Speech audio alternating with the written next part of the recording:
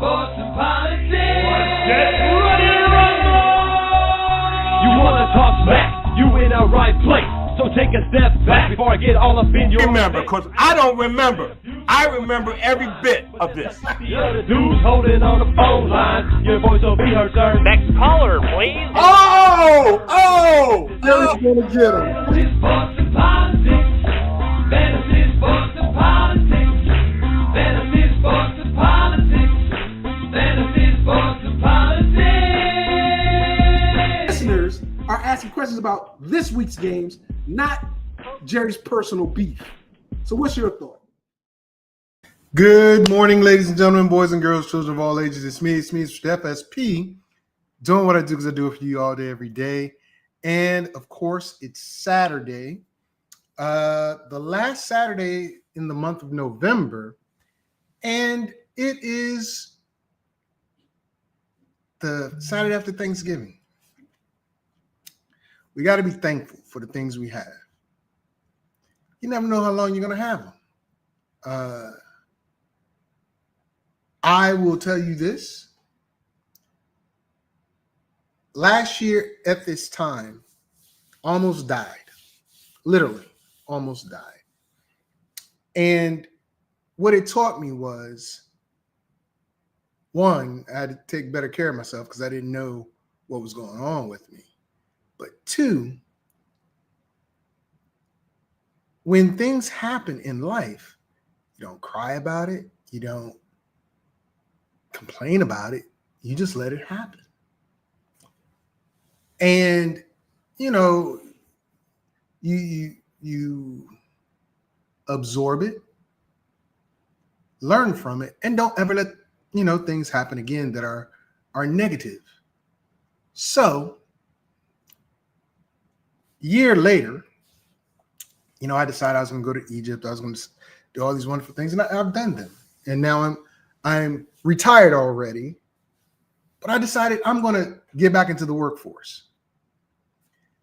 So my first day on the new job begins on Monday.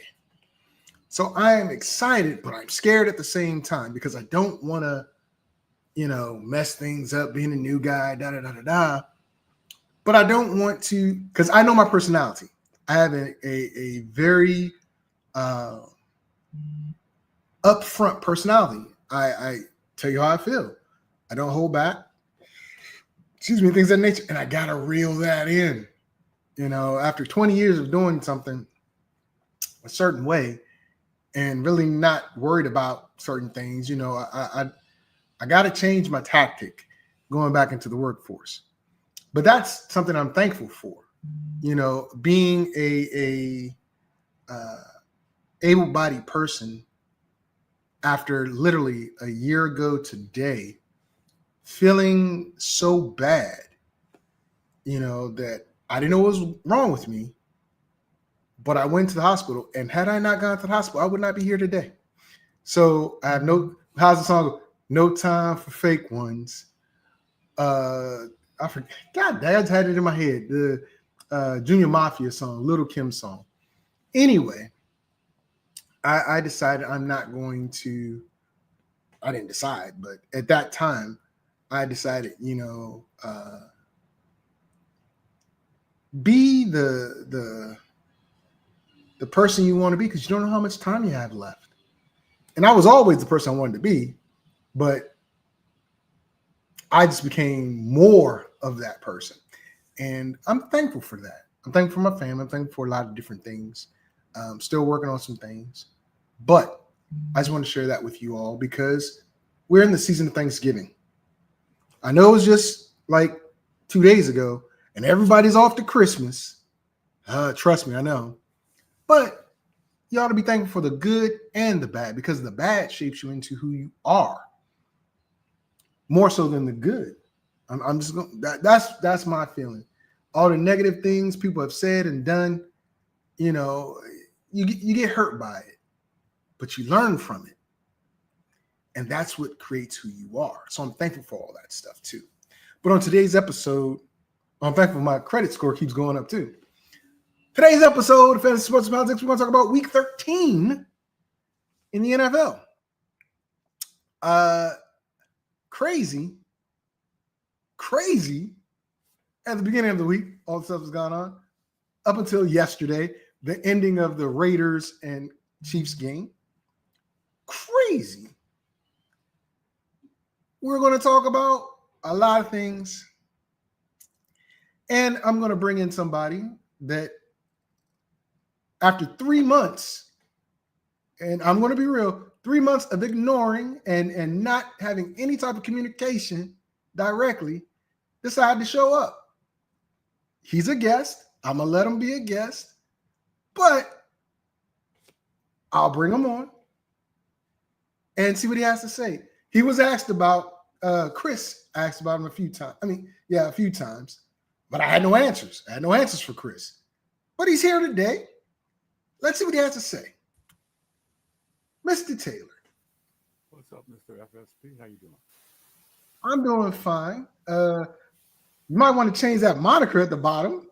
I don't know what that's about, but where you been? I've been around. A lot of things been happening. I like your opening monologue. It had a lot to do with been going on, but I've been around. Okay. Dealing with life just like everyone else. Okay. Well, Chris asked about you a couple of times, and I had no answer for him. So if he comes on, or if you want to share where you've been, what you've been doing, why you disappeared, that's on you if you want to. But I'll let you share that with him if you want to, because you didn't with me. But I'll let you be on and give your thoughts. I'm easygoing. But let's talk about people that aren't easygoing. Who's that? The Bears. Oh. We're going to talk about it in a sense of this. It's going to be very simple. Thanksgiving, the Bears' first half looked like boo-boo. Was the offensive play caller, the head coach? We don't know. But the head coach going into halftime said they're going to correct the mistakes and they're going to come out and play better. And they did. They dominated the second half of that game. Good play calling, good execution up until the last 35 seconds of the game. Because the defense held a high-powered Lions offense to 16 points when it should have been like 28 or more points in the first half. Yep. The running back, Jamar Gibbs, 83 rushing yards or 86 rushing yards in the first half on 9 carries. David Montgomery, over 100 for the game. I don't know how much he was first half, but over 100 for the game. Believe it or not, I like Montgomery fumbles. I mean, not Montgomery.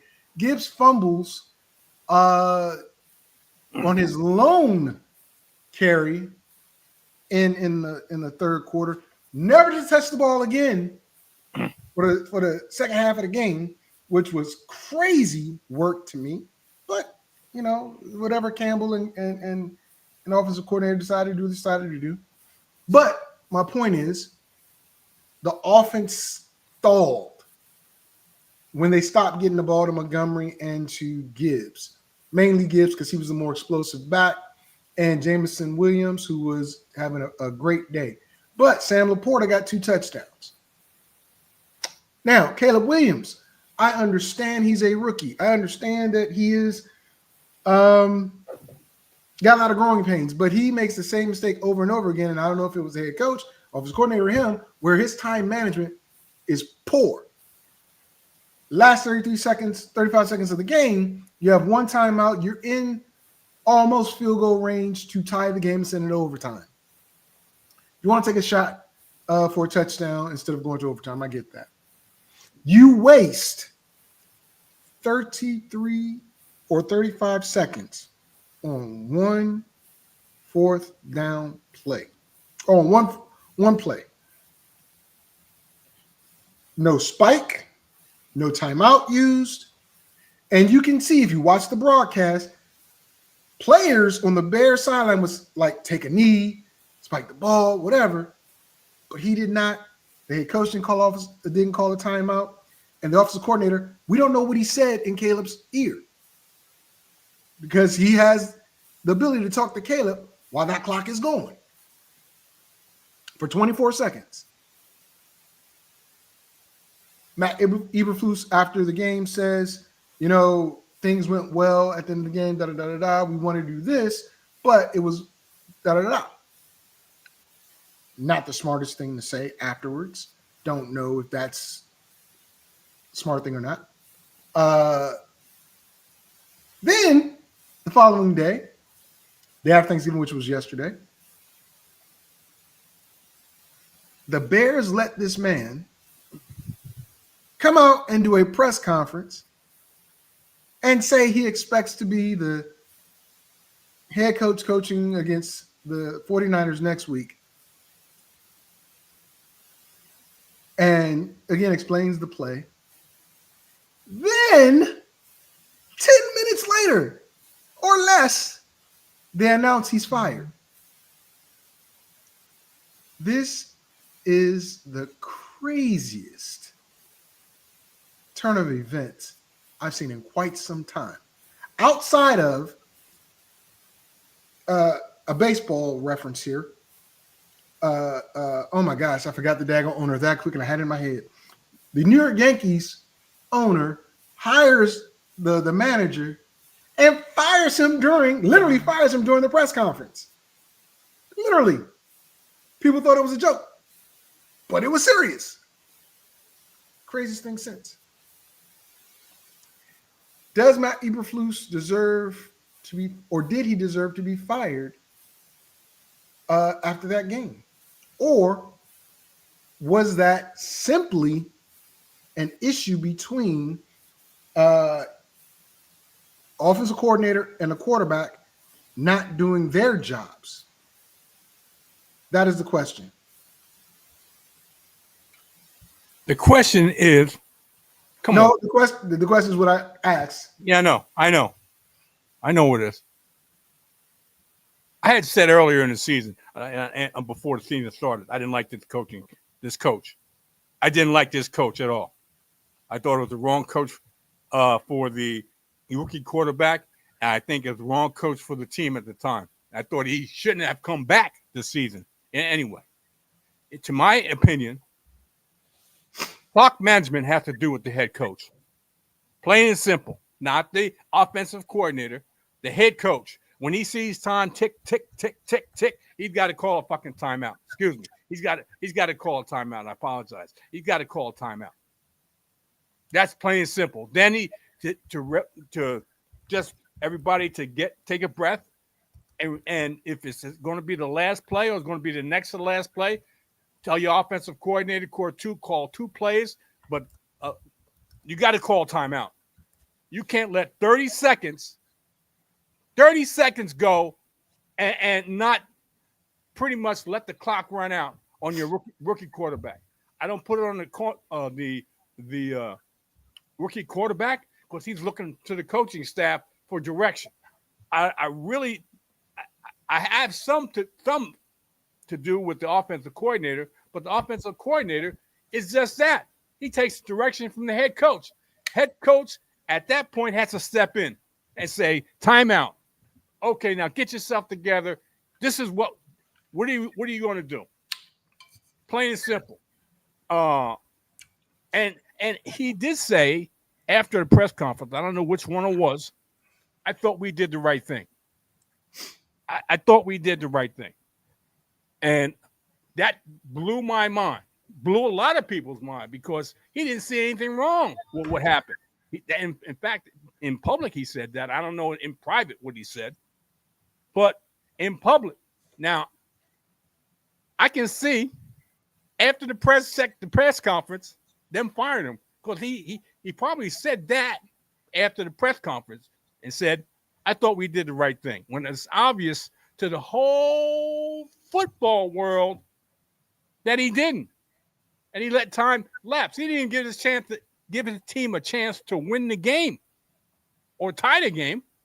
No chance. So I have to put clock management on the head coach, and he deserves to get fired. Well, he's out of there. The offensive coordinator is now the interim head coach. That's pretty funny. The second black coach in Chicago Bears history. The first one was Lovie Smith, That's pretty funny. who was fired after going to the Super Bowl with Rex Grossman one year. The following year, finishing 10-6, and they fired him. No stability at the head coaching position since Lovie Smith, which for all the Bears fans, even if you didn't like Lovie because of his defensive first-minded, coaching, he wasn't a loser.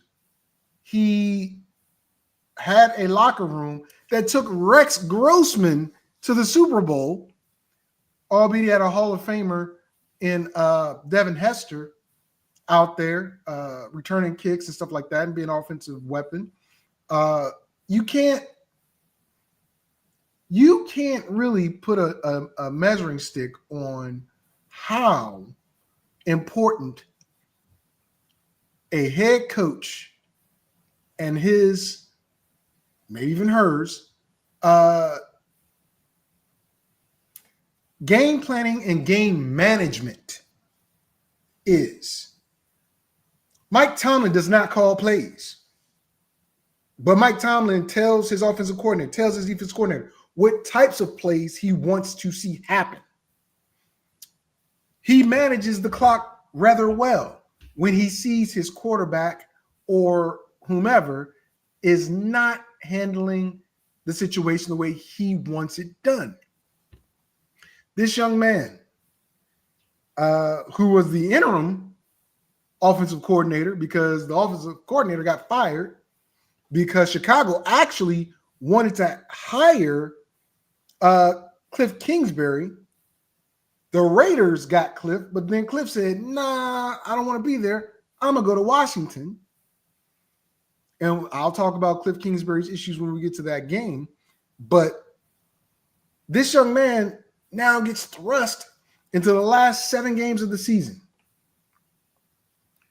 to show if he can manage a team that might have a locker room that's ready to just say, you know what? Season's over. We're not making the playoffs. It's going to be the other 3. It's going to be Green Bay, Detroit, and Minnesota. Surprisingly, Minnesota. And I'll get to that as well. But the Bears, with all the weapons they have on offense and the supposedly better defense, and I say supposed because I didn't believe it, but the Bears' weakness is their linebacking core, and they have some very good linebackers, or they were supposed to be very good linebackers. They had a staple at middle linebacker for the Chicago Bears. Tremaine Edmonds ain't it. I thought he was when he left Buffalo. That was a Leslie Frazier defense. To me, showing that he's a scheme middle linebacker. And he can't just play in whatever scheme he gets in. It's a read and react that's killing him versus attack. The Bears will have a top 10 pick in the NFL draft. They need to get offensive linemen. That is the reason why Caleb Williams is running for his life. Not the head coach, not the offensive coordinator. The offensive line sucks. Rome Odunze is a very talented wide receiver. In fact, he leads them, and I didn't believe it until I saw it. He has more yards than DJ Moore and Keenan Allen. The number 3 receiver should not have the most yards in that room. Should not. Maybe you should. Now, Keenan Allen, he's coming on as of late. But, dude, Young on young, I got it, but use DJ Moore better. He is your number one receiver. Keenan Allen is your number two, and you're finally finding him. But the main thing is this. The Bears ran the ball in the second half of that game, and it changed the tone of the game. Run DeAndre Swift. Run him. That helps Caleb with the play action. Will Caleb Williams be a good quarterback? Possibly. Possibly. Fix the offensive line. My buddy Dan says, and I put it up earlier, I'm going to put it again, maybe the Bears should hire Coach Prime. And my answer to Dan was, nope. He won't coach Caleb because Caleb isn't the listening type. That's right. It seems. There are plenty of people that are like that. They won't listen.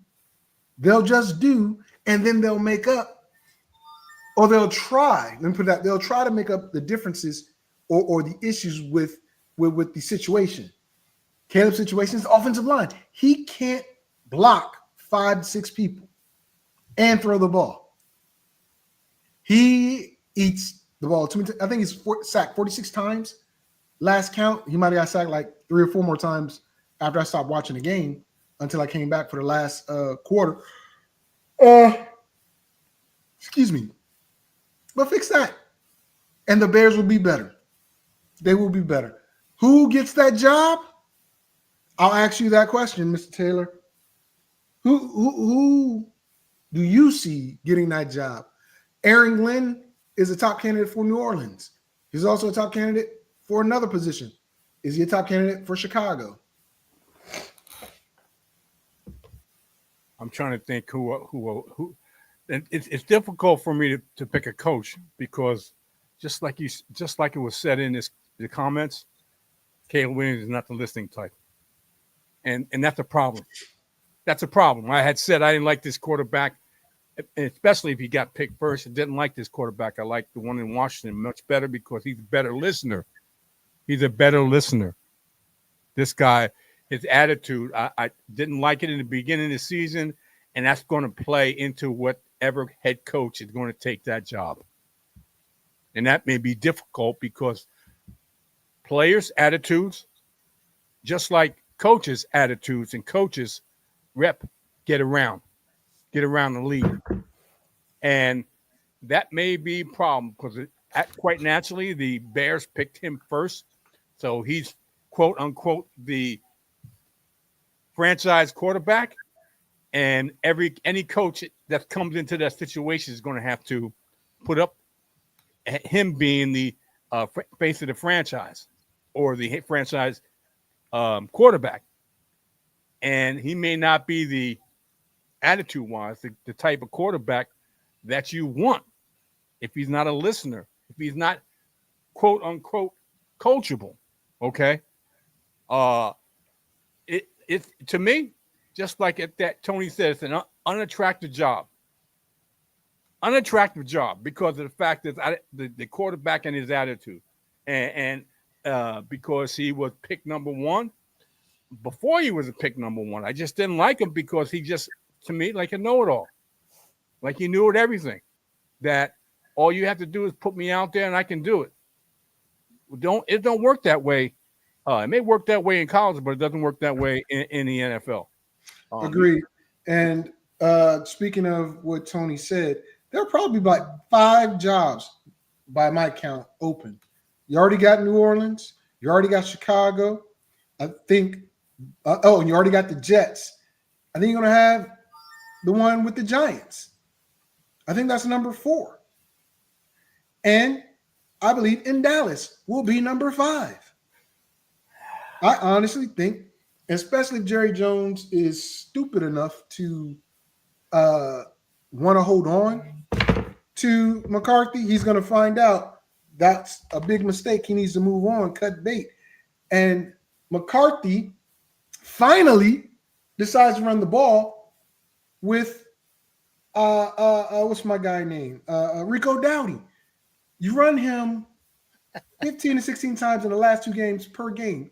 You see the result. But against the Giants, it wasn't him running, it was the defense. The defense got healthy, and despite Cooper Rush, despite not having CeeDee Lamb for half the game, they still win. The Giants are terrible. But right now, I'm looking at 5 jobs. Might be more by the end of the season, but 5 jobs. So let's whip around the NFL, talk about the games that took place yesterday. Kansas City survives again. Last play shenanigans. I don't know what it is. These guys are 10-1 and 11-1. 11-1 and should be like 9-3. Exactly. But they're winning. By any way, shape, or form, God's doing whatever he's gonna do. I have nothing to say about it other than whatever. Because in the second half of that game, the Raiders came out banging. This young kid, McCormick, he might be the starting running back for the Raiders going forward because of his ability. Zamir White probably flamed out. Amir Abdullah is going to be the third down back. And Matson ain't what he's going to be. But I'll tell you what, I like McCormick. Isaiah Pacheco returns with which cuts down on Kareem Hunt's touches, but that's a by committee situation anyway, so I really wouldn't worry too much about it, especially going into your playoffs. Tony says Dallas will be looking for a coach as McCarthy's contract is up. Yours may be the most attractive head coaching job this offseason. I don't know if it's the most attractive because they have salary cap issues and they have an aging team. I don't think it's the most attractive. I think Aaron Glenn gets it because he was supposed to get it last time, but somehow Allen got it. Don't know, but whatever. Whoever gets the New Orleans job understands, and the coach and the fan base has to understand, there may be 3 to 4 years of rebuilding going on. 3 to 4. The most attractive job, in my opinion, right now is the Cowboys. It's not open yet, but it's the Cowboys. Because you have a defense that can be aggressive. You have one of the best players in the league in CeeDee Lamb. Yes, you signed Dak to a long-term contract, which kind of complicates things. But with smart drafting, you can fix some of the issues they have. Smart drafting, Jerry Jones. Don't well, Jerry Jones ain't the draft. It's Steven right now. Jerry pulls the trigger, yes, but Steven is one that finds all the linemen, finds all that good stuff. His dad has to listen. If his dad doesn't listen, bad things happen. So it is what it is. But I'm going to take back what I just said. The most attractive job, in my opinion, is going to be Chicago. Because all of the talent Chicago has.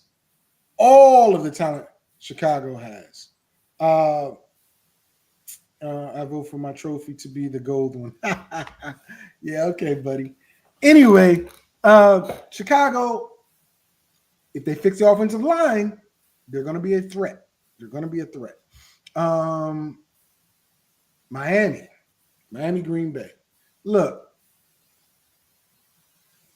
cold weather hurts a running team. I don't get that, but they could not get it together in Green Bay. The Dolphins lost and pretty much have lost their opportunity to win the AFC East. And I do believe, hopefully, Brock Purdy plays, but I believe San Fran is going to beat Buffalo.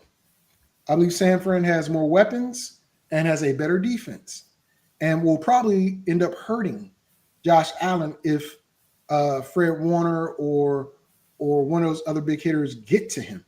I think Greenlaw returns this week or next week, one or the other. But Debo, Kittle, who's going to play, Parasol, and Jennings are very formidable weapons.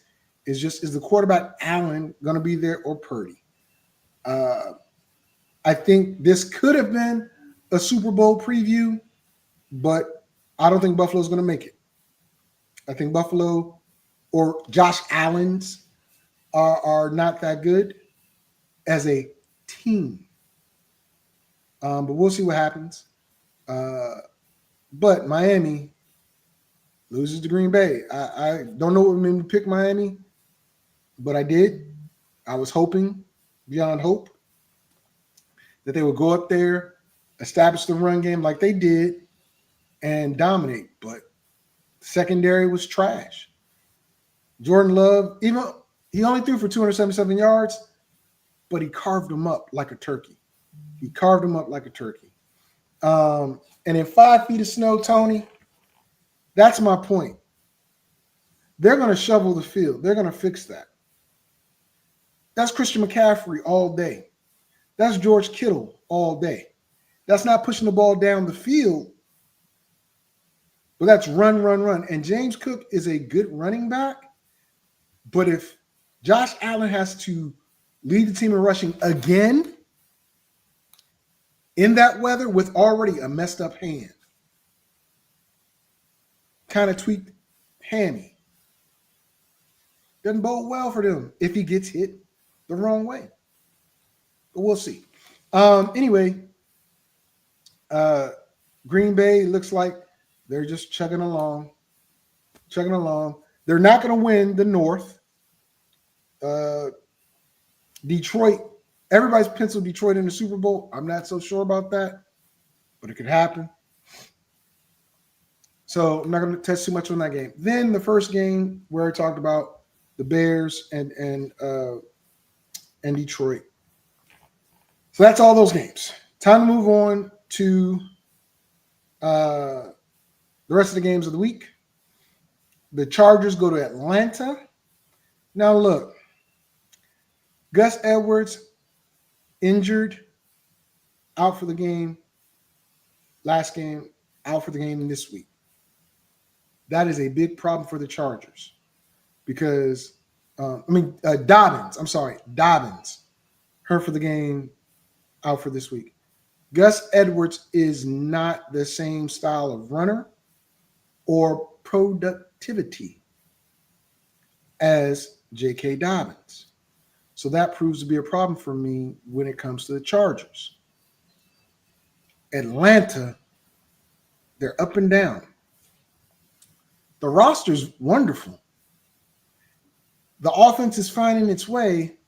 The defense is starting to fizzle a little, but it's in Atlanta, and the Falcons are very much so. They're going to win the South, in my opinion, unless the Bucs have a big surge at the end, which I don't think they're going to do. I think they're 5-6 right now. It's going to be tough, but Atlanta, it's their division to take, their division to lose.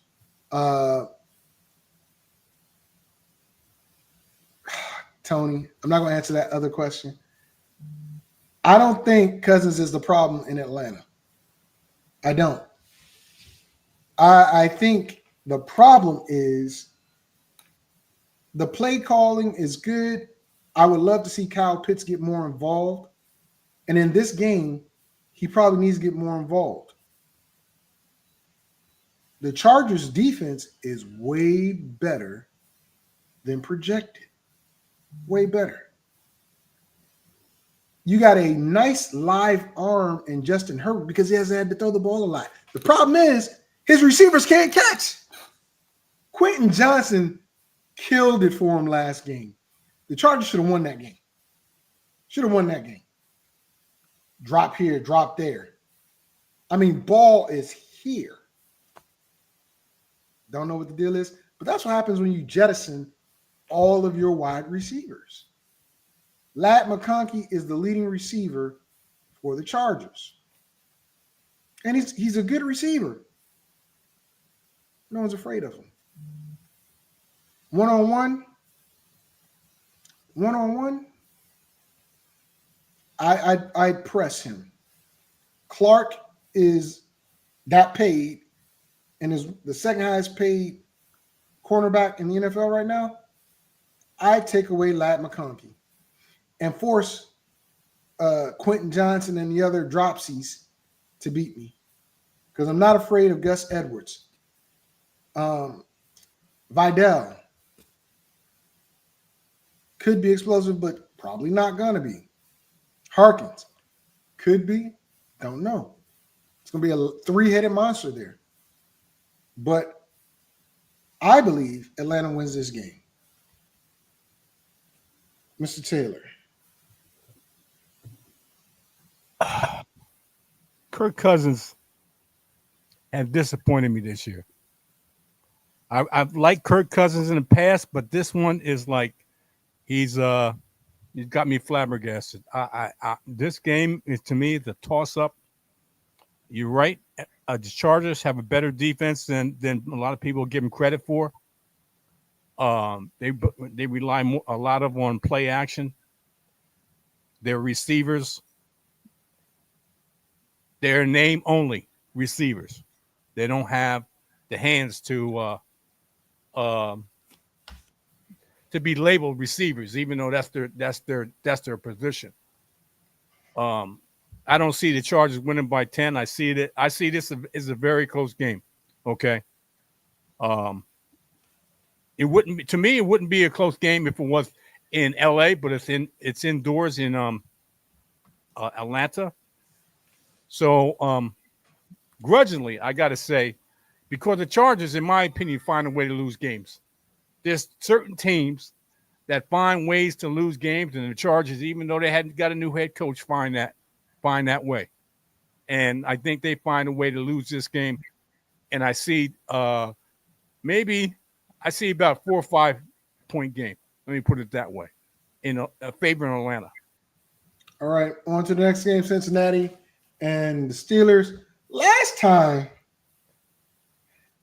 these two teams played, it's against Baltimore. My bad. I was about to say Pittsburgh, Cincinnati. Look, I told you guys a couple weeks ago, Pittsburgh's going to win the AFC North. They're going to win the AFC North. Baltimore's behind them by like a half a game or a game, and Pittsburgh is going to beat them. Not sure. Well, I do know what's wrong with Cincinnati.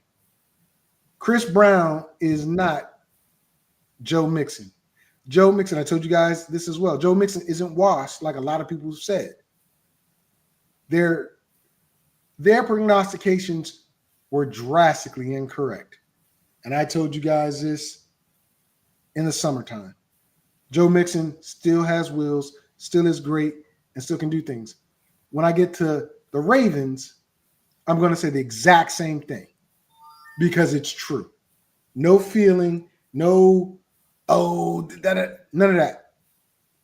Second leading rusher in the NFL, was the leading rusher in the NFL. We'll get to there when we get there. But Cincinnati does not have a pure, just strong run game. That's what's hurting them. Joe Burrow can throw to Chase all day, T all day. But unless Chris Brown, Chase, thank you. Chase Brown is going to put up the numbers that Joe Mixon does or did while he was there. No one's going to fear that run game. No one. And I'm telling you right now,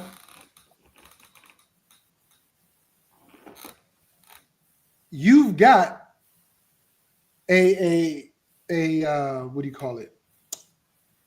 A snot bubble type game. I know some of you guys don't know what that means, but that's a hard-hitting game right now.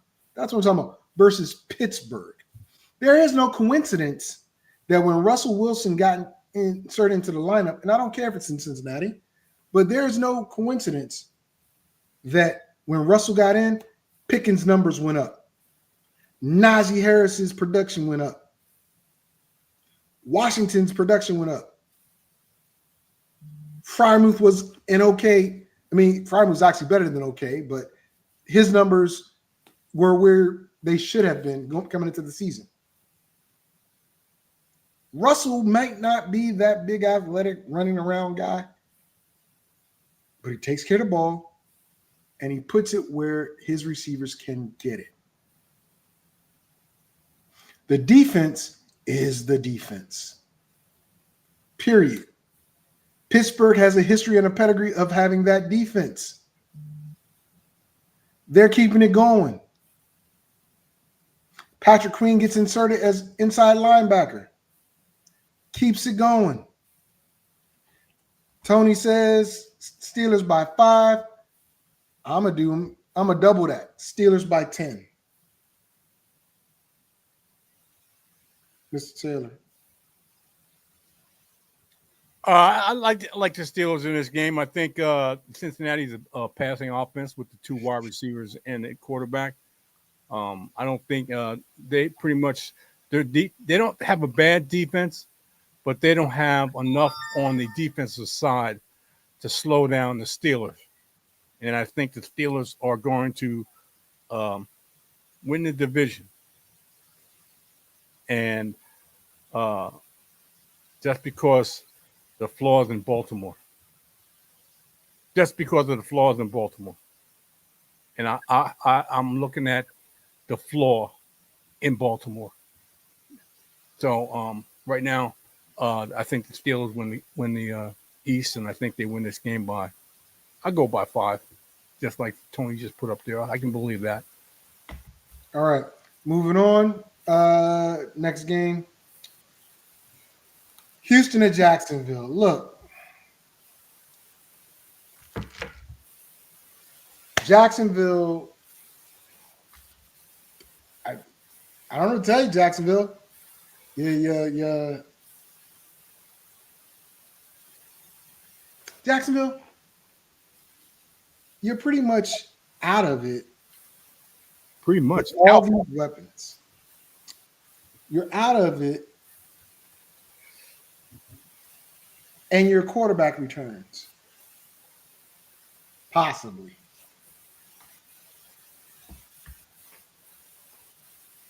Doug Peterson should be fired. So that's job number 6 that should be open. After this game, let me see if it's in Jacksonville or not. It's in Houston. It's in Jacksonville. If Jacksonville loses this game by 10 points or more, Peterson, in my opinion, is gone. Houston, you fumbled a great opportunity to be a higher seed by going on that 2 or 3 game losing streak. You're going to dominate the rest of the South because the rest of the South is trash. The rest of the South is trash. So Houston, oh God, you should go in there and win this game. But Travis Etienne is back. Sunshine is back. Brian Thomas might get some love. I know for a fact Evan Ingram's going to get love if Sunshine's playing. It's going to be, dropping bombs on him. But here's the problem with Houston.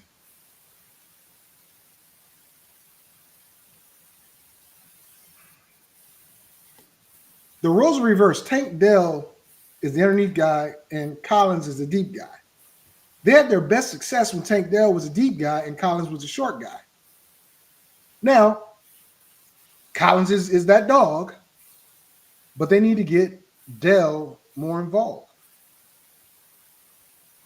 The secondary of Jacksonville is prime for a 300-plus yard game from Stroud. Will it happen? I don't know. It should. I got Houston by at least 6, not 100. I'm not even putting that up, Tony. Let me tell you something, man. Even with Trevor Lawrence possibly coming back, they still suck. They're horrible. Trevor Lawrence, probably, and this is God's honest truth. I don't think Trevor Lawrence is going to be the quarterback for the Jacksonville Jaguars in 2025. I think they're going to move on from Trevor Lawrence because it's obvious that he ain't one. He's too inconsistent. I know it's in Jacksonville. They usually play better in Jacksonville, but he's too inconsistent, and he's got a shoulder that's in question, his non-thrown shoulder, that it's up in the air whether he's going to have an operation soon or after the season's over. But he's got issues.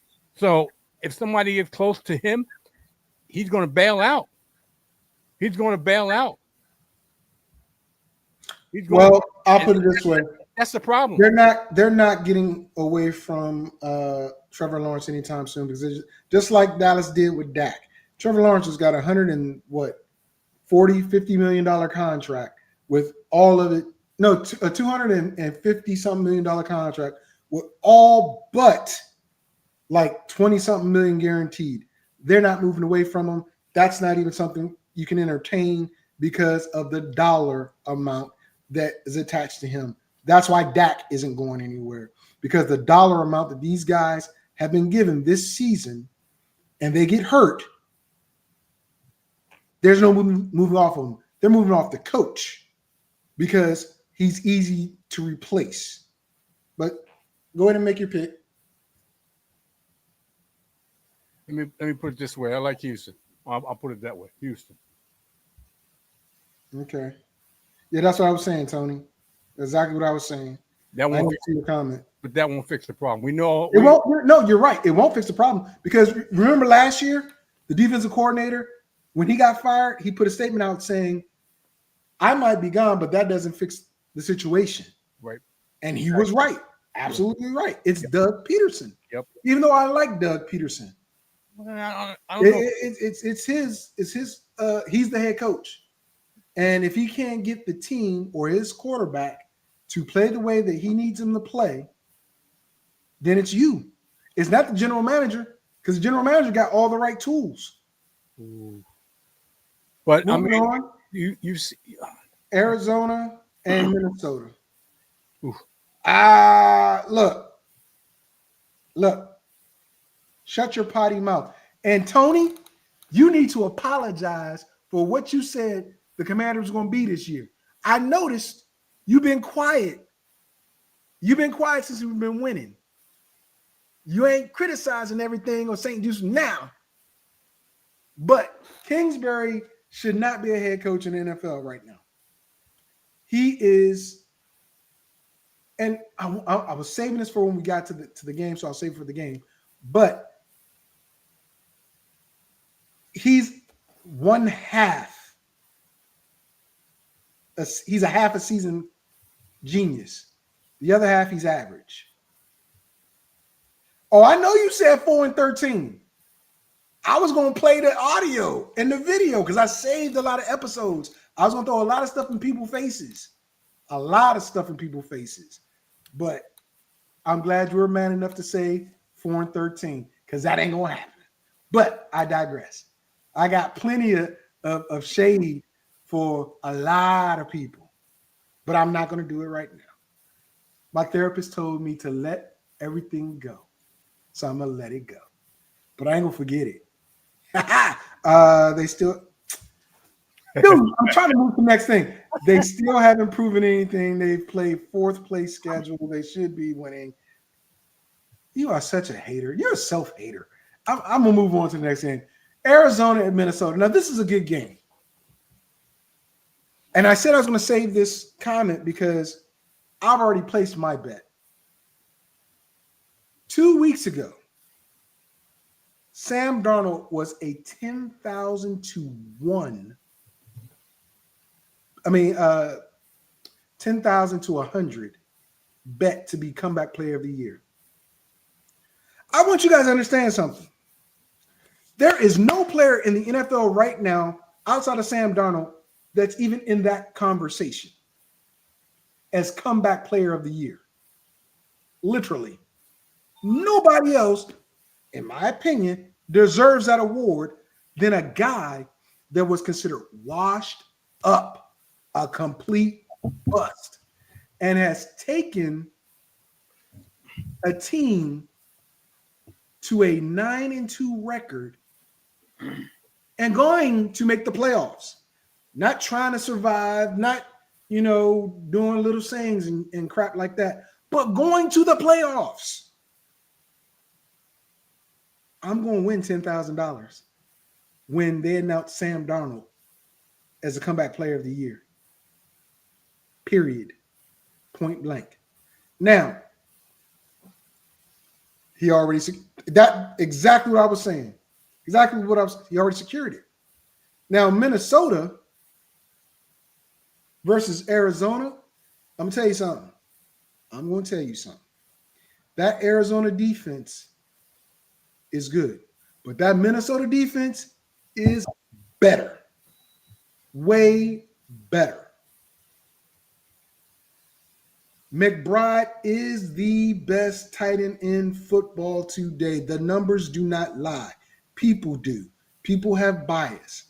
But McBride is the best tight end in football.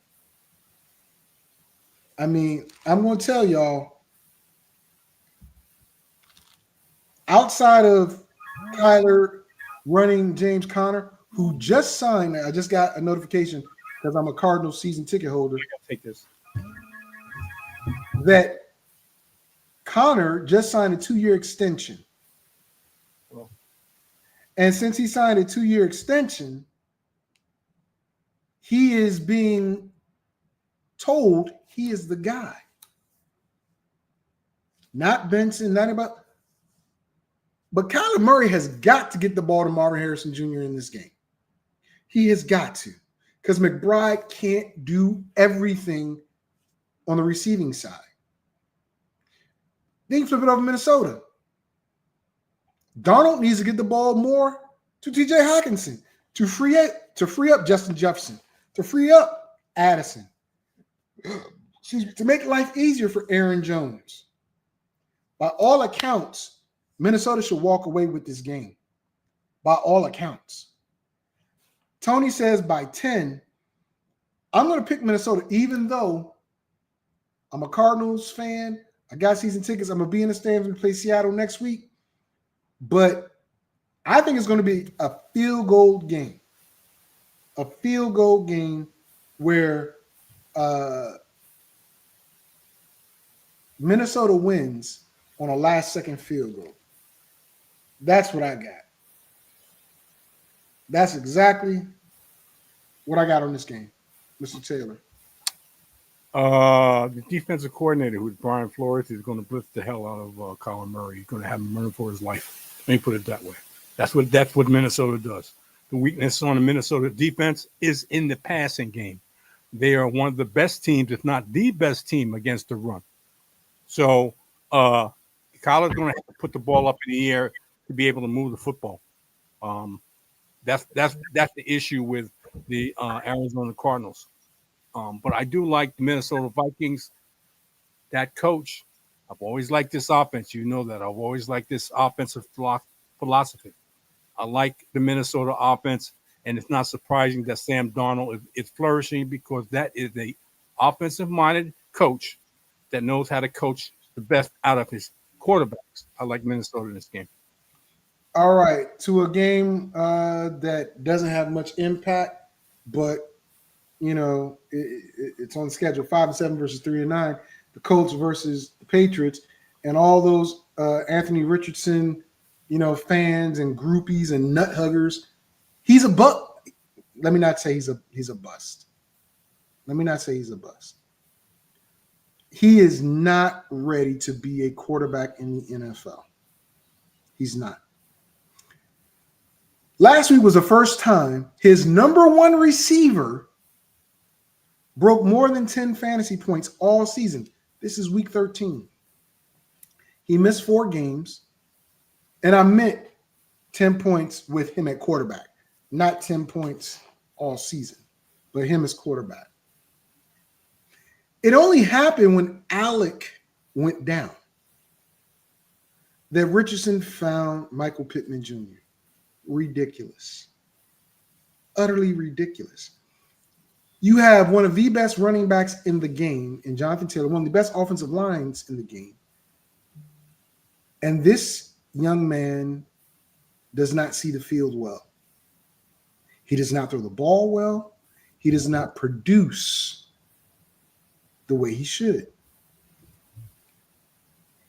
And I'm telling you all, and I told you guys this when he was drafted and and all these people are on his nuts. He is a high school kid. Yeah, he played at Florida for a year. Didn't do too well because he's big arm. People, no. Gerard Mayo on that defense. Let me explain this. The New England Patriots are in the top 5 or top 10 in sacks and quarterback hits. Richardson likes to run. Oh, that's what they want. Drake May is not a polished quarterback, but he's understanding how to play the game now. Colts are going to get whomped in this game. The defense of the Patriots versus young quarterbacks wasn't a Belichick thing. That's what we all said because Belichick was the defensive mind. But there were times his son was calling defense. Mayo was calling defense. Well, Jared Mayo was the defensive coordinator for the past, 3 years? So any of these rookies coming out, they had to face Mayo's defense. But because Bill Belichick's on and so forth, he knows how to handle stuff like this. Watch what I tell you. Patriots, and I was wrong about the Patriots. I thought the Patriots get at least or at the maximum 2 wins. They've got 3, knocking on 4. I'm going with the Patriots. Mr. Taylor, your prediction. Don't like Richardson. Never liked him. One of the most inaccurate quarterbacks in the NFL, starting quarterbacks in the NFL. He's not even a one read quarterback. He's a no read quarterback. He just, I think he's. I'm gonna say this. He's a step or 2 just behind DeMarcus Russell. I think he's that bad. I think the only thing he's got going for him is he can run the football. Passing is not his forte. So I got to believe that they're playing in New England. They're going to take advantage of this quarterback and this team. And that's why Jonathan Taylor hasn't been effective because they're stacking the box. They know Anthony Richardson. They're daring Anthony Richardson to beat him, and he can't do it. I like the Patriots. Well, that's a lot of contrary to what you said in the past about Richardson, but people are allowed to change their minds. The guy he needs a quarterback coach. He needs a quarterback coach. And he needs to listen. Neck up. He could be Josh Allen if he has Josh Allen's quarterback coach and he listens. But right now, I think you're right about he's comparable to Jamarcus Russell. Gameplay. I don't know if he's studying or not, but there's a reason why they benched him for a game. Because he tapped out because of his conditioning. And then he told the press. So the organization coach had to do something to him to sit him down. And he might have been a little bit more focused, but he's still not good. Still not good. Next game. Seattle at the Jets.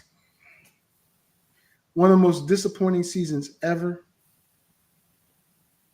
Aaron Rodgers and the New York Football Jets went out and got Devontae Adams. And like I told you guys a couple weeks ago, I was wrong.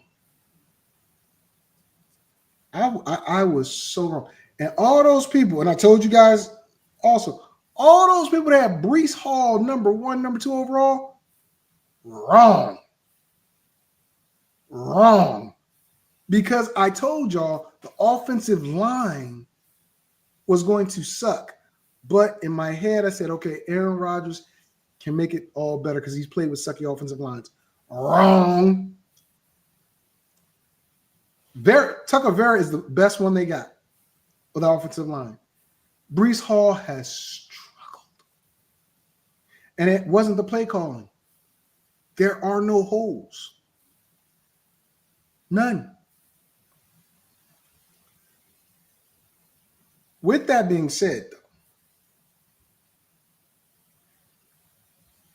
Seattle, I understand you changed your identity by letting Pete go and bringing in the new head coach.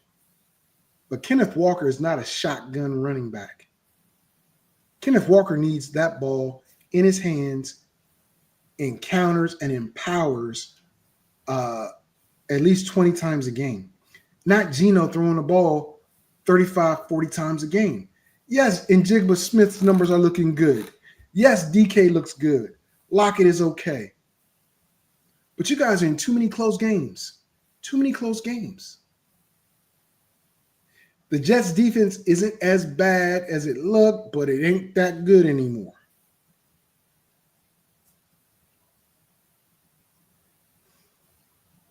I want to pick the Jets. My heart says go with the Jets and Adams and Wilson and Hall and my boy Aaron. But my money's going with Seattle, even though they're coming across country, right? Seattle right now is the hot team. The Jets are in turmoil. They're just terrible. They are terrible. What is their record again? 3-8. Just terrible. I'm going with Seattle. JT? I told you I like this offense in the beginning of the season because they changed their offense and the offensive coordinator into more of a pass-oriented team. And they opened the offense up. The running back is not the focus of this team like it was with Pete Carroll. The offensive coordinator from Washington. Talk a little more. I'll be right back. The offensive coordinator was from Washington State, and he was he had Michael Penix. He had Roma Dunze.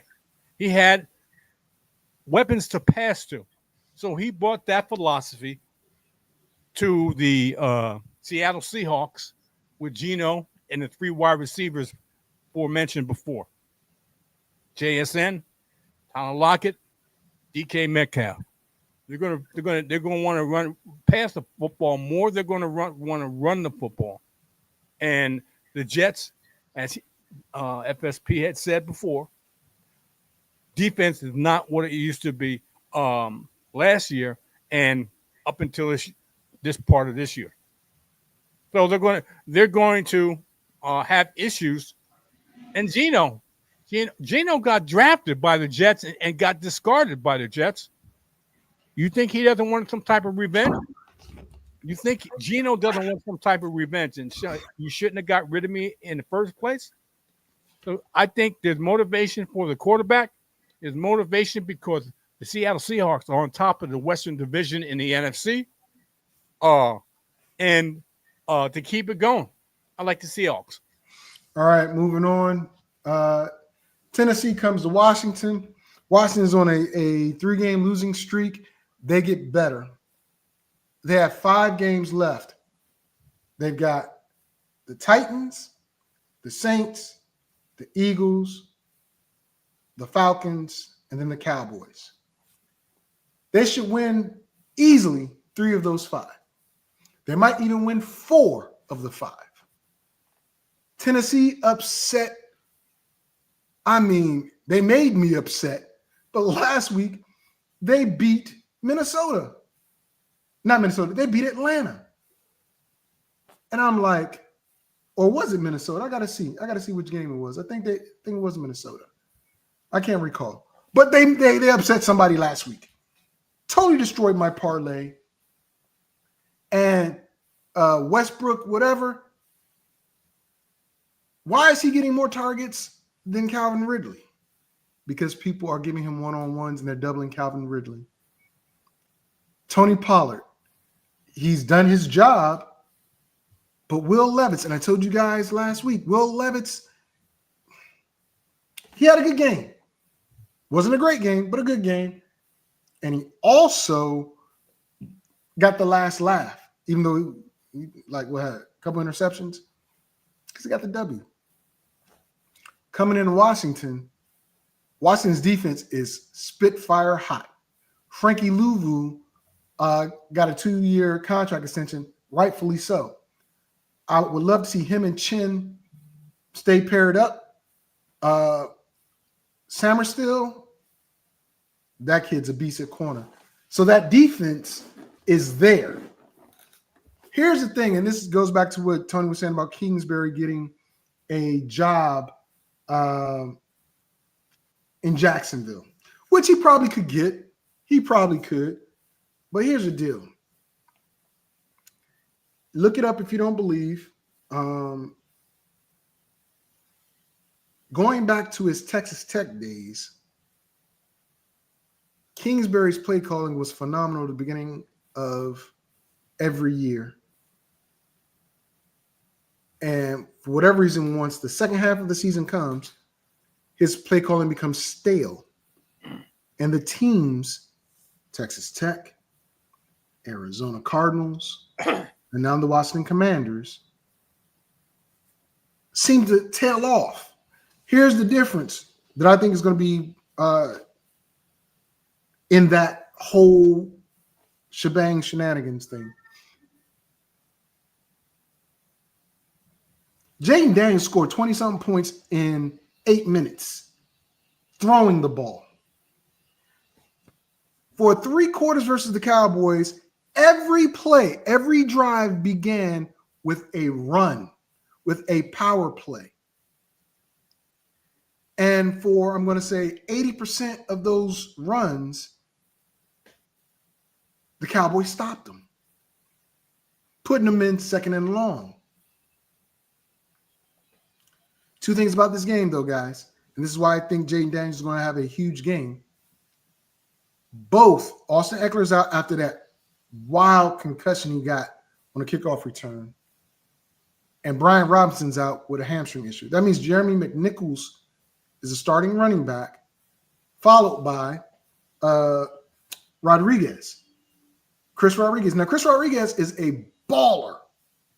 He is a baller from Auburn 2 years ago. Washington could have won that game, but their kicker was hurt, came back and missed some field goals. Now that kicker's on IR, and there's another kicker in. But they settled for field goals as opposed to touchdowns. In this game, Washington will not settle for field goals. I think, just my feeling, Washington is going to take the opportunity to run the score up, especially at home. And Jaden Daniels throws for career high in passing. Maybe even breaks 100 in rushing. But I'm predicting a career high in passing. He's got to stop throwing to Norman Brown. Brown is cool, but this also tells me they're going to get T. Higgins next year. They got a ton of money, a rookie contract. They're going to get T. Higgins and fix their offensive line next year. But this is going to be the signature game for Jaden Daniels to stop all that Bo Nix bull, because Bo Nix is a game manager winning. He's not the rookie of the year, but I digress. I got Washington 45, Tennessee 10. I'll give them 13. Tennessee 13. Go ahead, Mr. Taylor. I'll just say this real quick. I think they're a better quarterback and better offense and better overall team. I like the Washington Commanders to win this game. All right, moving on. Tampa Bay, Carolina. Look, I don't know what happened with Bryce Young, but he seemingly is doing better without all those weapons. Back-to-back wins? Carolina? What? Adam Thielen still, being the number one guy there. But it's Chuba Hubbard. Not the rookie Brooks, not Sanders, but Chuba Hubbard, who's powering that offense. Xavier Leggett making a difference as well. But that defense has decided to step up, and I believe this is a home game for Carolina. It is. Tampa Bay's 5-6, Carolina's 3-8. Tampa Bay has Mike Evans back, but they don't have Godwin, and they don't have I forgot the other guy, the other receiver, but Sterling Shepard, Cade Otton, Bucky Irvin has surpassed White as the running back. But you got two-headed monster there. The defense is nicked up, but it's still a very good defense. Closer game than most people are going to pick. I'm going to pick Tampa Bay to win, but not going away. Not going away. Mr. Taylor. I like the Tampa Bay Buccaneers to win this game. Carolina still got too many defensive flaws, and I think the Bucs going to come away with a win. All right. The Rams at New Orleans. Look, there's only one game separating the two. One's 5-6, one's 4-7. Here's the big difference. And maybe it was just me because I got all caught up in the Puka Cooper Cup. Not Blake Quorum. Kyron Williams, and Stafford mess. And Philly whooped that booty. Matter of fact, I'm going to show you guys a couple things.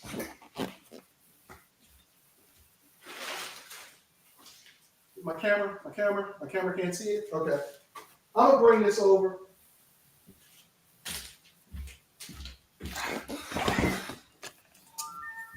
This is Blake Quorum Flex. Sexy helmet. Also have a Kyron Williams Sexy Rams helmet. I got a couple great helmets back there, by the way. But something's telling me, because I got all these Rams helmets, the Rams are going to steal the NFC West. I think they're going to steal it from Seattle, from my Cardinals. And with San Fran's issues, they're going to be at the bottom. I think Stafford and company laid the smack down to the Saints. Think about this. Who's the starting wide receiver in New Orleans? It ain't Chris Olave. It ain't Ray. Or whoever the dude is, number 22. Alvin Kamara and the Swiss Army knife can only do but so much. Lattimore's gone. He's in Washington. I believe he's going to play in Washington this week. I forgot to say that. First time since we got him. There's just not enough weaponry in New Orleans to beat the Rams. This sexy Blake Quorum, authentic speed flex. I'm going to put it on.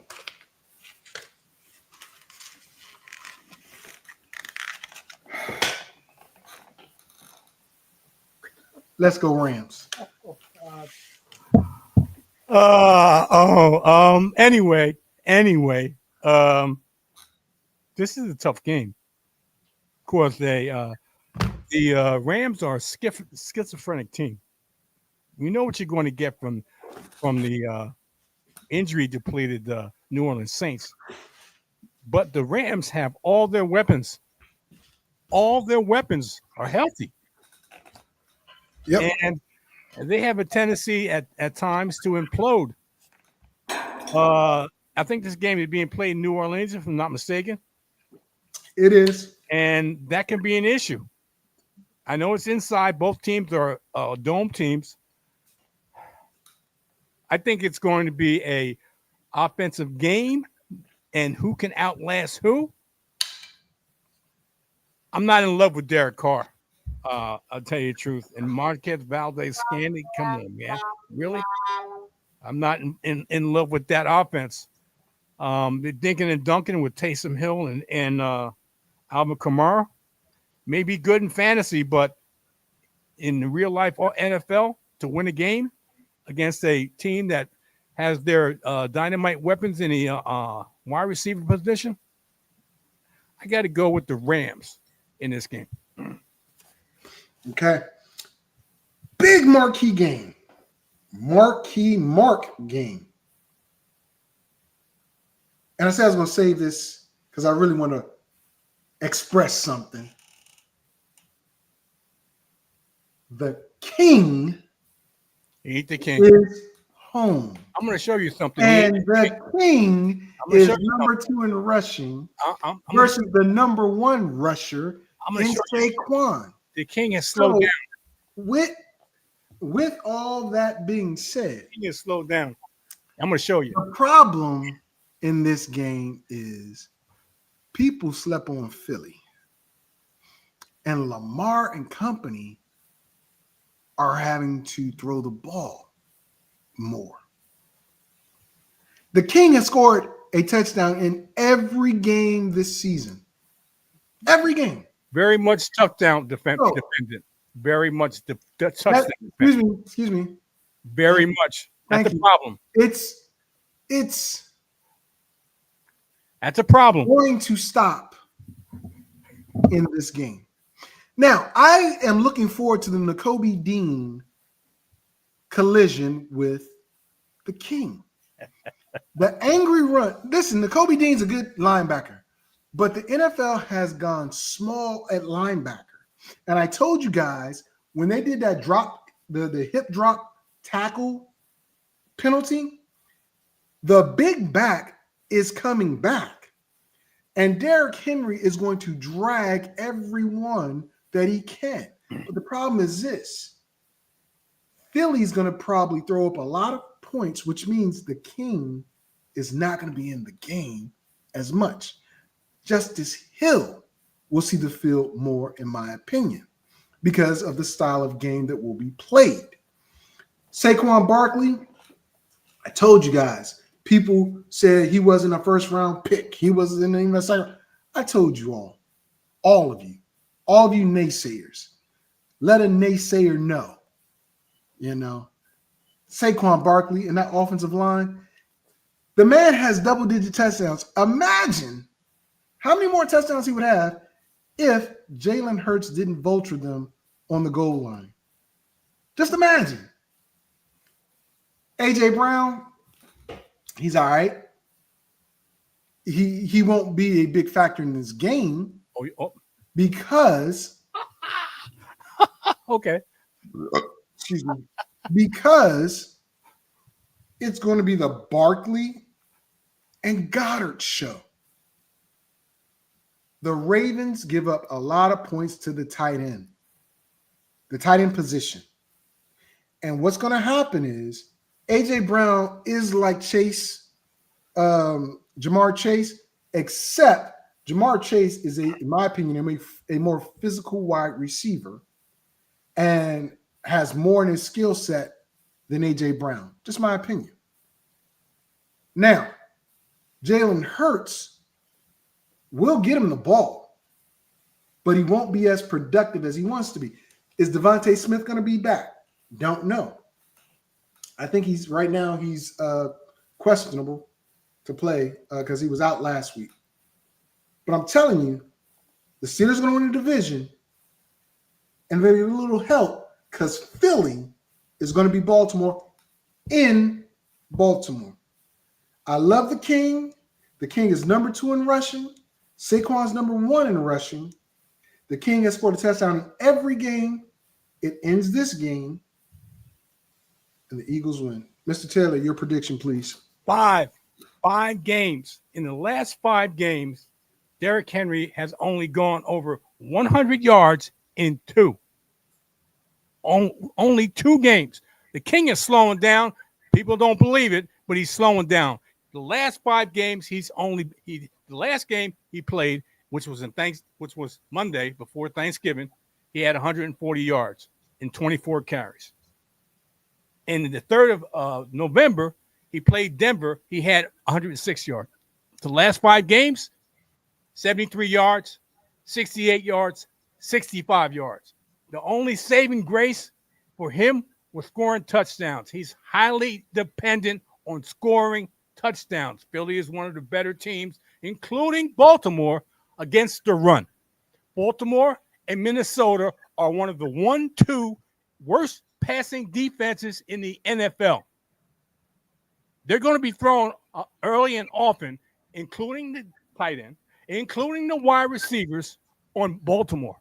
I like Philly in this game. Okay.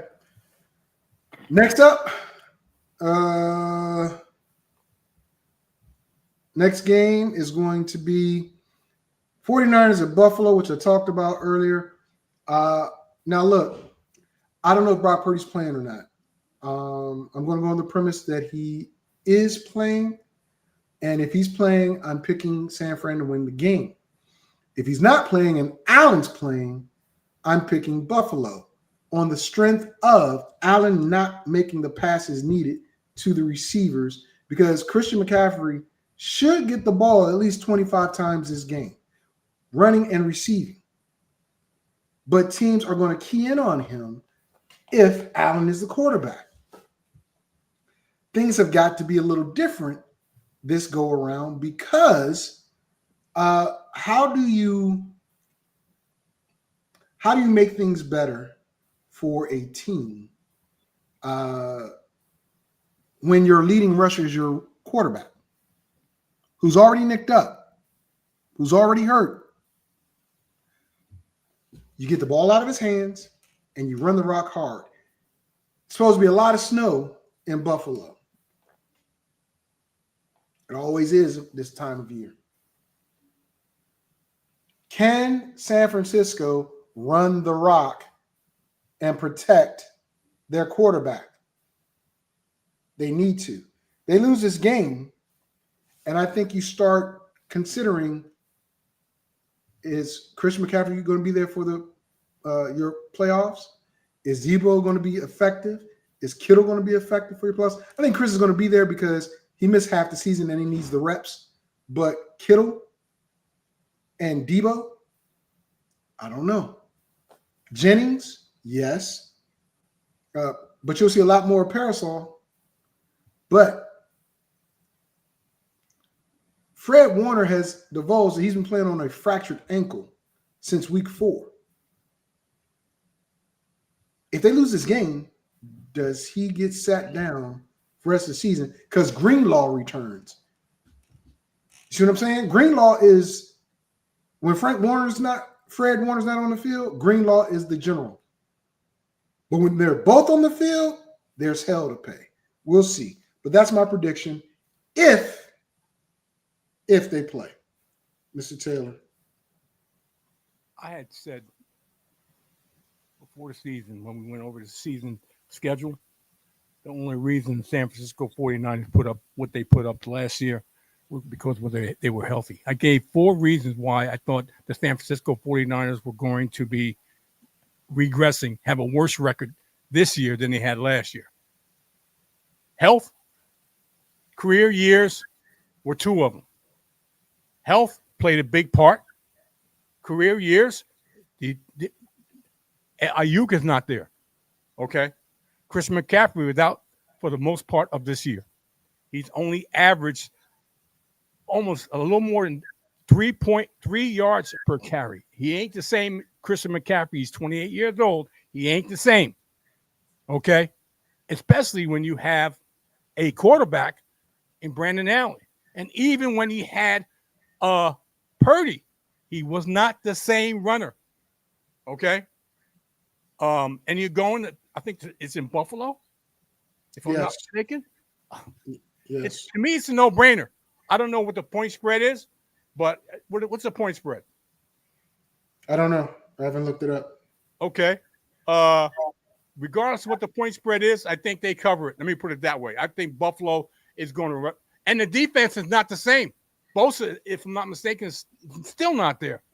So the defense is not the same. They don't have the pass rush. They don't have what they had in a rushing defense. They are vulnerable on both counts, receiving and running the football against. So I'm like Buffalo in this game. I don't see any reason why Buffalo doesn't win this game easily. Okay. With that being said, let's go to the next game, which happens to be the last game of the schedule. 3-8 Cleveland versus 7-5 Denver. I'll make this very simple for you. You guys need to watch. What do they call it? Oh, the HBO show. Hard Knocks. Hard Hard Knocks. Knocks in season because they're showcasing the AFC North, all 4 teams. And the snippet I saw was how they focused in on Jameis Winston during the Pittsburgh game and all the snow and all that other stuff. The joy of a child and the energy he brings to that team. Yes, they beat Pittsburgh.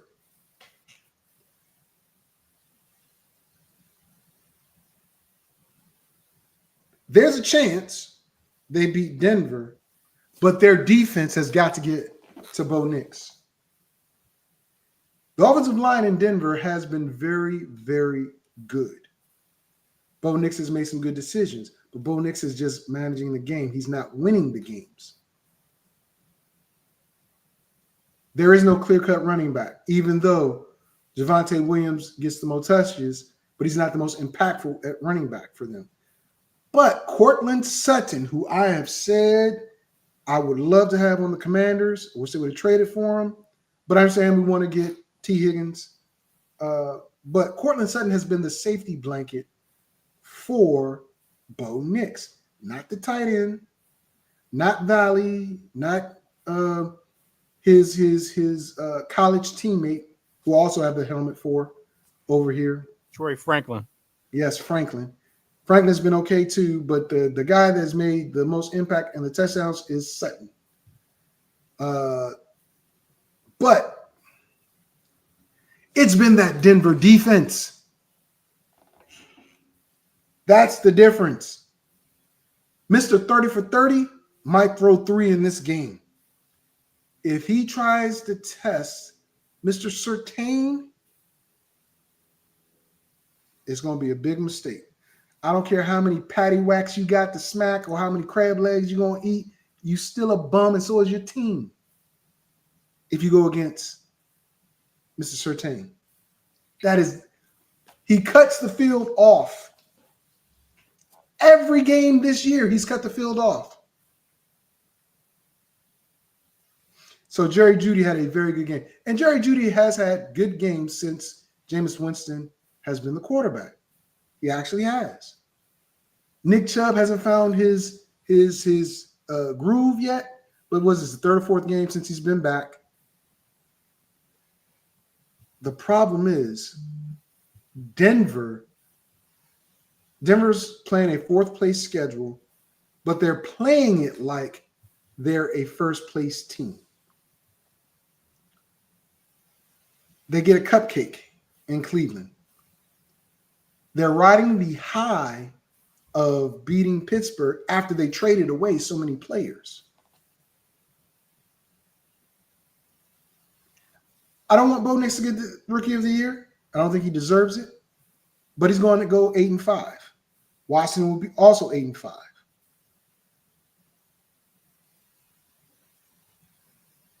Denver gives them Cleveland gives them a hard way to go, but I'm going with Denver in this game. Mr. Taylor.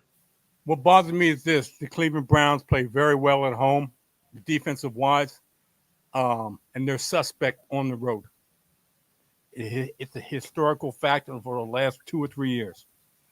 They play horribly on the road. They're going up against a hot quarterback with a receiver to match. But I still like Jameis in his game. Judy's going to come back trying to get some revenge. He goes up against Surtain. They're going to go the other way. E.J. Moore and whoever else is on the other side. And including the tight end, David Njoku. They're going to stay away from Surtain and go the other way. I think they're vulnerable on the other side of the field. Jameis is going to test them short and long. I'm going to go out on a limb here. I know I'm a Cleveland Brown fan, okay. But that hot streak has to end somewhere. They still have a pass rush with the Cleveland Browns. I know they have problems with a mobile quarterback and Bo Nix. Not Bo Nix. Is it Bo Nix? No. Bo Nix is the quarterback for Denver. Yeah, Bo Nix is the mobile quarterback. and they have problems with that, especially on the pass rush, Cleveland, I'm going to go out and make a prediction that the Cleveland Browns pull this one out, and it's going to be close. All right, that ends the pick segment for this week and the show. We talked about what happened this week in the NFL.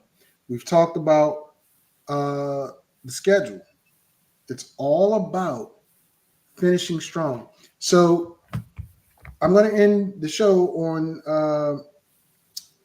on this. You're going to your fantasy football playoffs. You're trying to. This is week 13. Most leagues, it's only 2 weeks left. This week and next week. Where do you stand in your league? Are you on the fringe of staying in, or are you on the fringe of staying out? Are you trying to get the number 1 seed, or are you, trying to hold on to it? Pay attention to your scheduling. I will tell you, Tony Pollard probably has the best schedule of all running backs for your playoffs and your last run. Trading is over with. You can't trade in most reputable leagues right now. Trading is done.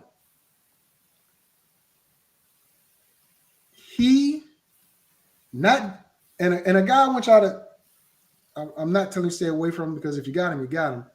But Justin Jefferson probably will not have the best set of games going into your playoffs. Looking at the schedule, finishing up against Detroit, Chicago, Green Bay. It's not an easy finish for him. CeeDee Lamb, I got rid of him before the season started. I drafted him because I had the second overall pick, and I wasn't sure who was going to get it number 2. I tried to trade down because I really wanted to get Saquon, but it's okay. CeeDee Lamb did not even finish half of the game. Thanksgiving. Does not have a good quarterback. What are you doing? Tyreek Hill. Someone I got in a lot of leagues at number 2. Not producing. Finally got a touchdown, but not producing. You have got to look at your not star players as you head into the playoffs. You have to look at your consistent players as you head into your playoffs. If you have a crappy team and you're like, well, you know what? F it. I want you to think about this. By you laying down, that speaks more to you than your players. Continue to fight, guys. Don't quit just because. Don't stop showing up. That's the bottom line. Don't stop showing up. That's quitting. If you decide, well, not worth it, whatever, fine. But think about everybody else that's in that league. Are you going to quit just because you want to take your ball and go somewhere else? Don't do that. Fantasy football, it shows you a lot about people's character. It really does. A competitor will always compete.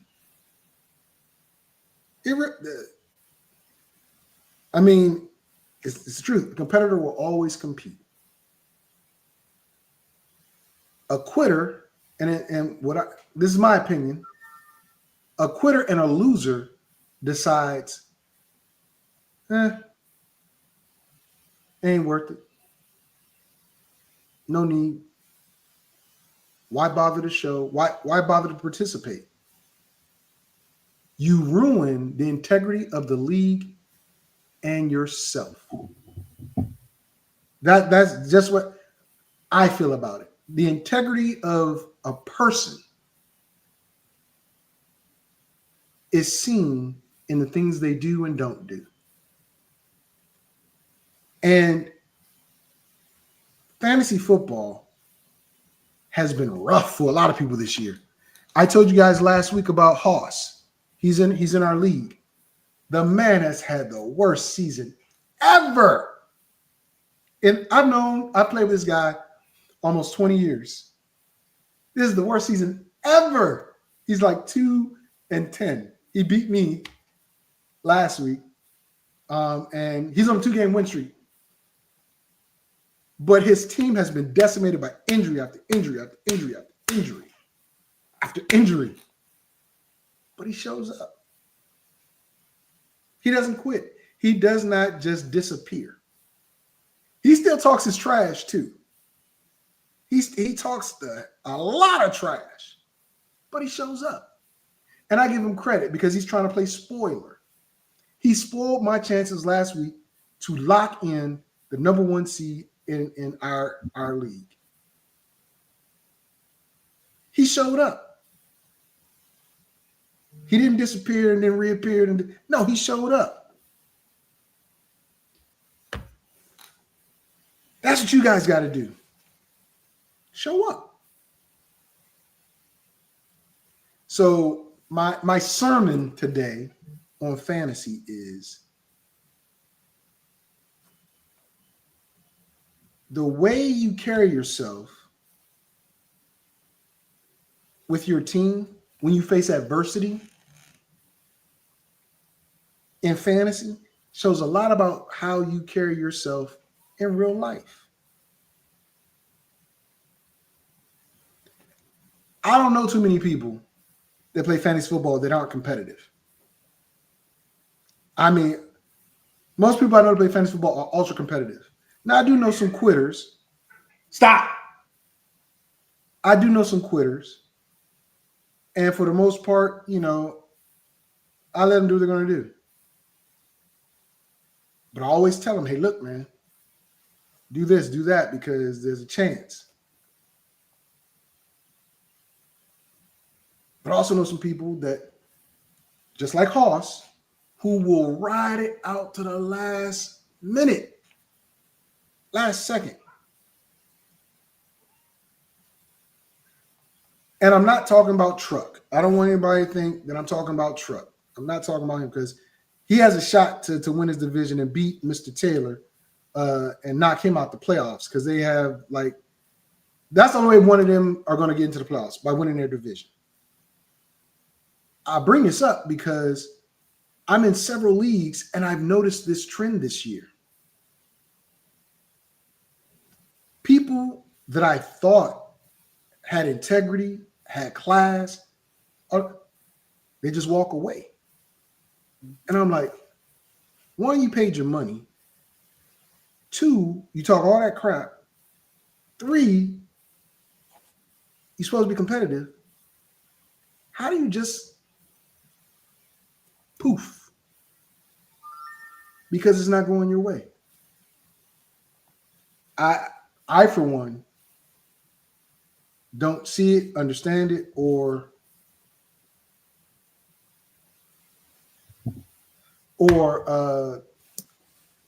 like it. I'm not in the business of changing nobody's behavior, but it's more than one league that I've seen this in this year.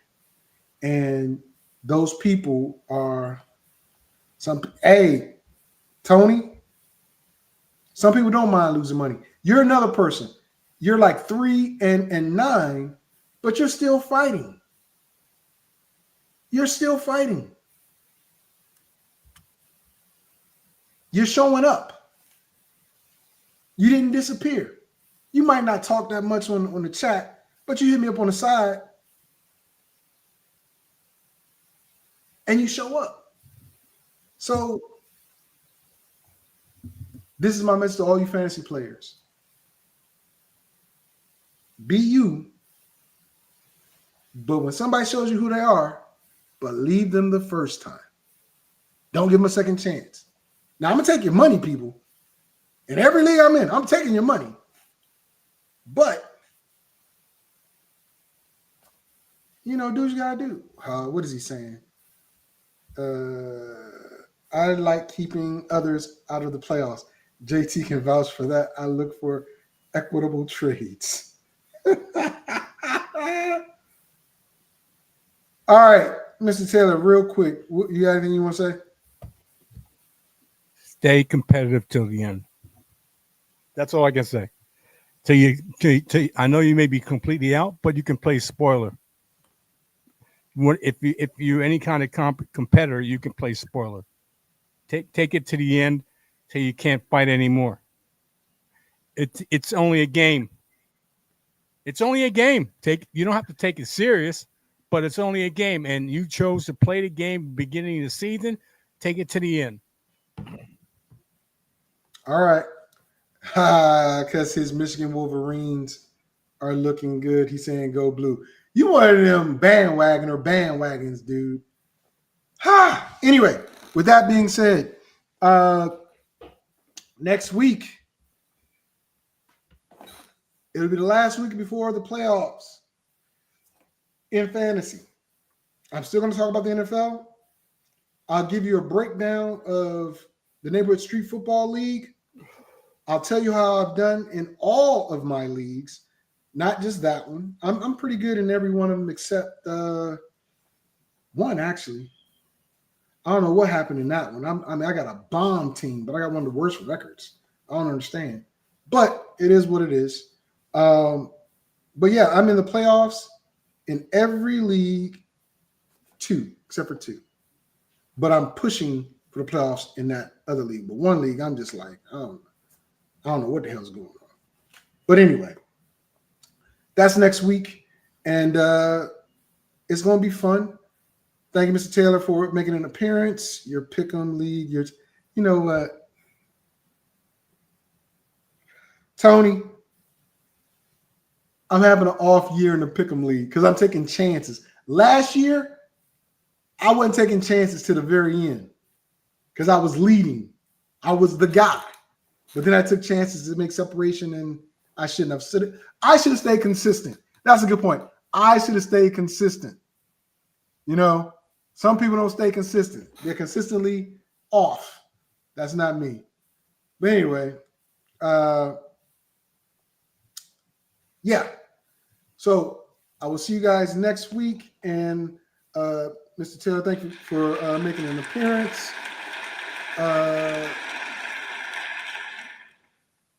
With that being said, it's time to get out of here. I'm out. Fantasy, sports, and politics. Get ready to rumble! You want to talk smack? You in the right place. So take a step back before I get all up in your Remember, because I don't remember. I remember every bit of this. The other dude's holding on the phone line. Your voice will be heard, sir. Next caller, please. Jerry's gonna get him. Fantasy, sports, and politics. Fantasy, sports, and politics. Fantasy, sports, and politics. Fantasy, sports, and politics. Listeners are asking questions about this week's games, not Jerry's personal beef. So what's your thought?